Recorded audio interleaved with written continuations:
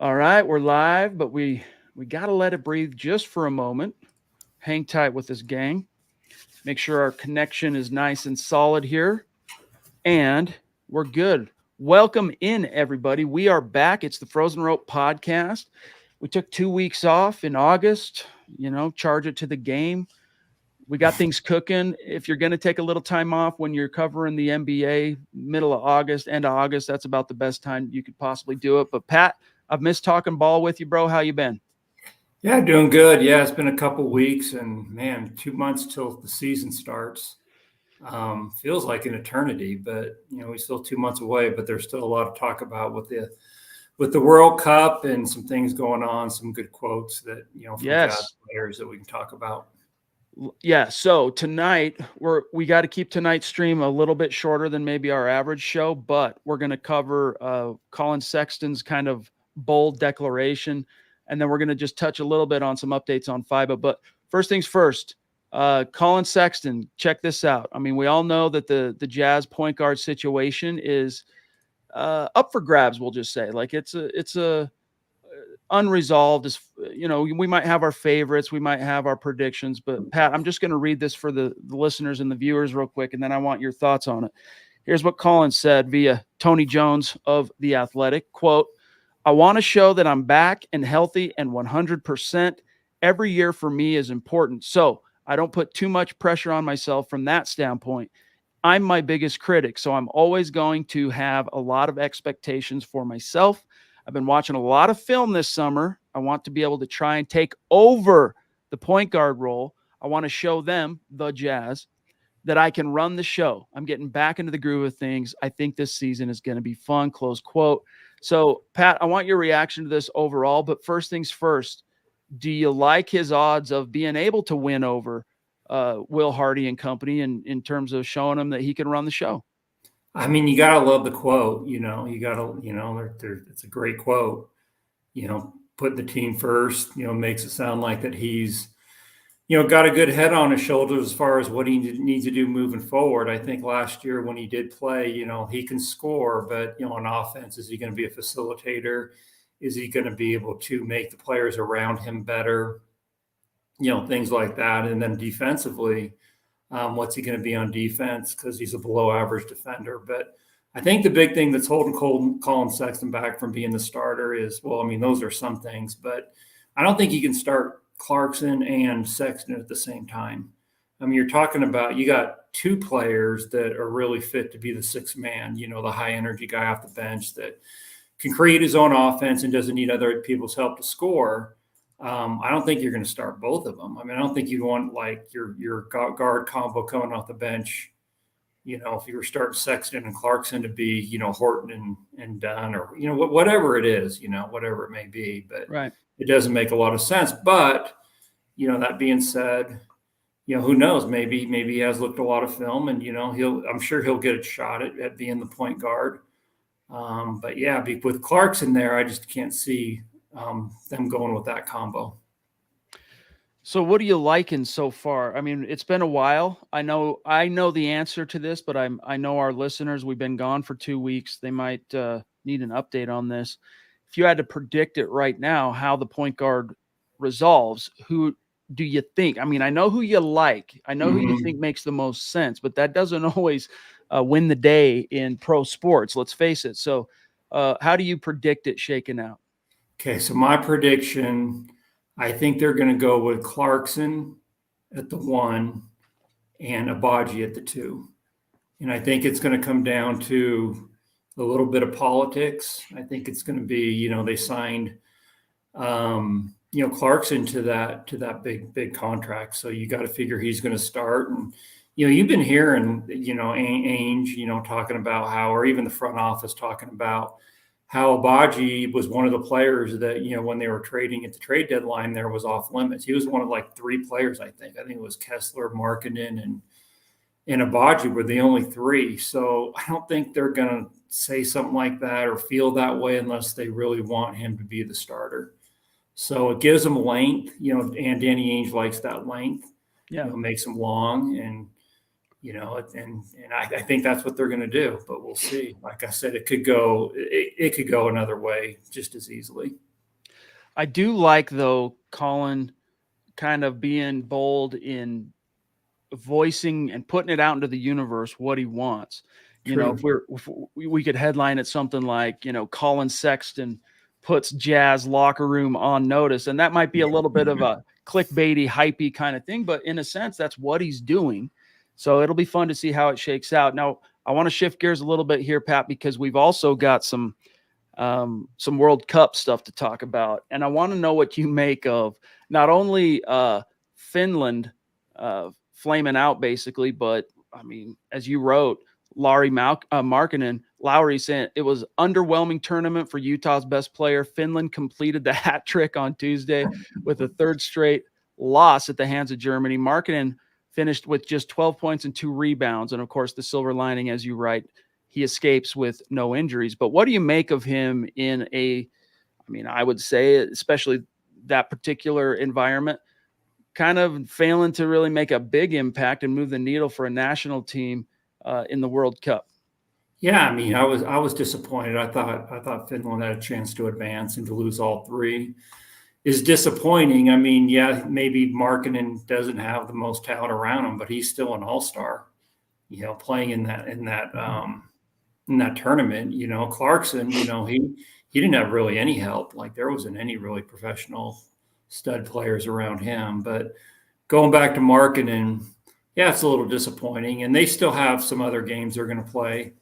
They can't win the World Cup, but they're going to still have a couple more. I think 2 or 3 more games they're going to play. So we'll see how he does. Or maybe he'll want to sit out. Maybe he won't want to, risk injury for that big contract that's looming ahead. He doesn't want to do anything to risk that, if there's really nothing to play for. So we'll see.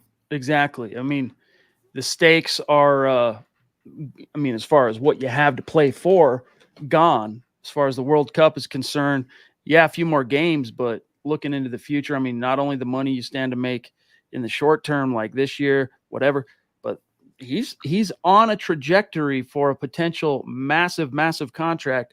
Don't do anything to ruin that. Let's shift gears, though. You've talked a lot to me. You've mentioned the disappointment in Walker Kessler not getting much action for the U.S. team. What do you make of that, and how worried should fans be that he's kind of not seeing the court? Not worried at all. I mean, it's a bummer that he's not playing. He's playing for a coach that likes to spread it out. And even when they played Spain, I think it was Spain in the exhibition game, he didn't really play that much, and they've got a huge front line. So it looks like Kessler's not going to play a whole lot, even though they are playing Jordan, I believe, late tonight, early in the morning. Team USA is a 42-point favorite in the game. You want to go bet it. But, yeah, you got to figure he'll get some minutes tonight, them being a 42-point favorite. I'm sure that game will be over at half. So, but we'll see. But, yeah, it's a bummer because we would have liked to see him play more. But, Kerr's pulling the strings for Team USA, so that's probably not going to happen. It's just a different brand of basketball, right? Yeah. Like, doesn't exactly cater to a player like Walker's strengths. Kelly Olynyk, though, Canada doing its thing. He had a solid outing, 15 points, 6 rebounds against Latvia. It's good to see Kelly getting out there and making a modest impact, I guess, for his Canadian brethren. Yeah, Canada could win it all. And imagine if they had Jamal Murray. Jamal Murray bowed out at the very last, couple of weeks. But they're loaded. They've got R.J. Barrett. They've got Alexander from Oklahoma City. And, obviously they've got Kelly Olynyk. And I guess they broke a record for most assists in a game the other day, 44 assists. Nice. In one game. Canada broke the record. So you got to figure – they're breaking assist records. They're playing well together. So I think if they go up against the United States, it's probably just going to be a coin toss. Whichever teams, make or miss, whatever team's hotter will probably end up winning the game.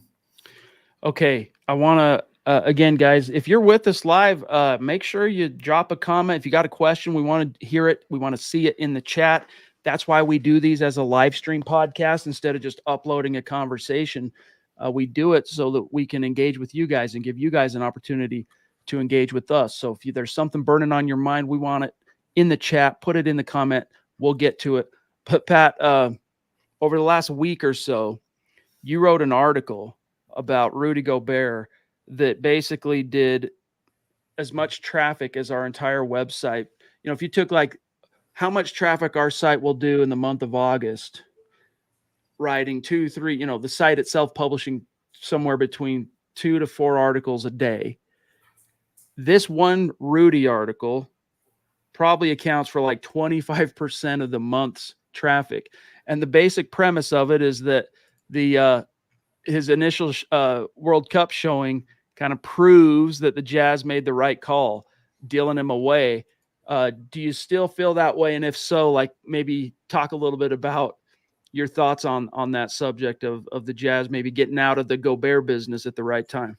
Yeah, I mean, you look at who the players netted, you know, in that deal so far. I mean, Keontae George comes from that deal. You got to remember he's from that draft pick that comes from that deal. And then you got Kessler, you know, and then you still got Horton Tucker that was a net result from that deal, you know. So, you know, from that standpoint, absolutely. But then when you also look at what the money that Minnesota has to pay Gobert, you know, he has 3 more years on that deal. All years is going to be over 40 million. I think the last year is a player option for 46 million. So yeah, I mean, it's death for the Timberwolves. I mean, not only do they lose their assets, but their salary cap, you know, obviously takes a hit. You know, the one thing that, you know, as far as getting high draft picks with their picks, you know, they do have Anthony Edwards signed, you know, one of the best players in the world, you know, through the life of our picks. So that is one thing where I think, I'm not sure if Minnesota's ever going to bottom out with Edwards on that team, but it's not looking good for that GM. That was just a horrible, horrible trade. Yeah, again, there's the emotion of it, right? Like a pivotal, legendary, very meaningful figure in Jazz history, Rudy Gobert. Being dealt away, of course, it kind of stings in the moment, but now being a year removed and seeing some of the fruits of the trade on both sides, it's pretty clear that the Jazz got out of that business on Gobert like at literally the perfect time. Like, you know, if you bought a house, for example, somewhere toward the second half of 2021, you bought if you sold a house, all right, at the tail end of 2021, you did what the Jazz just did, and you cashed out at the penultimate possible moment that you could maximize getting a return on selling your house, because then the market just went, I mean, not like, but kind of like, and so that's what the Jazz did, because that Gobert market, you know, the Timberwolves were hoping it was going to at least kind of go like this a little bit longer, but it kind of went like this, and now it's looking like this. So anyway, you know, charge it to the game, I guess. But Pat, it's a slow time on the NBA schedule. I mean, we're doing this podcast tonight because it's been 2 weeks since we've been able to get together and chat. We wish we could tell you that there was all kind of Jazz news and different things to get into and break down, but there's really not anything more meaningful than what we've already covered tonight. So, Noor, hey, what's up? Good to see you on Facebook. Appreciate you being with us, big dog. Thank you for watching. Are there any other topics though you think we need to get to tonight before we sign off? No, I think we're good. Like I said, I think it's just, you know, the FIB, the World Cup is going to get us through to the season. You know, it'll start getting fun. The World Cup will start getting fun as the games start meaning more. But yeah, until then, you know, until something drops, you know, that we don't expect, you know, it's going to be slow 2 months. That's the way the cookie crumbles, but we're going to be here to break down whatever happens. And when we're a little bit short on news to react to and analyze with everybody, hey, we'll find some stuff. Look, Noor in San Diego. Hey, see, Jazz Nation represents all over the world, not just Utah. Very, very cool. All right. Well, listen, guys, we'll be back next week. We'll see what happens in between there. In the meantime, connect with my partner here, Pat Byrnes. Now, he is the deputy editor of The Frozen Rope on SI.com's Utah Jazz website. I'm the publisher. I'm a little bit more hands-off in terms of writing content every day, but Pat is grinding every single day with his primary helper, Jared, who you guys been watching his show on YouTube and Facebook. Jared Cook, he's been doing great. So we have a huge season ahead of us. It's going to be so fun to cover it with the way our site is now structured. So we're looking forward to that. But connect with Pat on Twitter, X, whatever you want to call it, at Pete Byrnes NBA. You can connect with me at Chad and Jensen. And just make sure if you're watching on Facebook that you go sub to the Frozen Rope on YouTube. If you're watching on YouTube, make sure you're following us also on Facebook. Pat, have a great week, bro, and we'll talk again next week. Yeah, we'll do it again. Okay, guys, for Pat Byrnes, I'm Chad Jensen. Have a great week. We'll see you next Tuesday.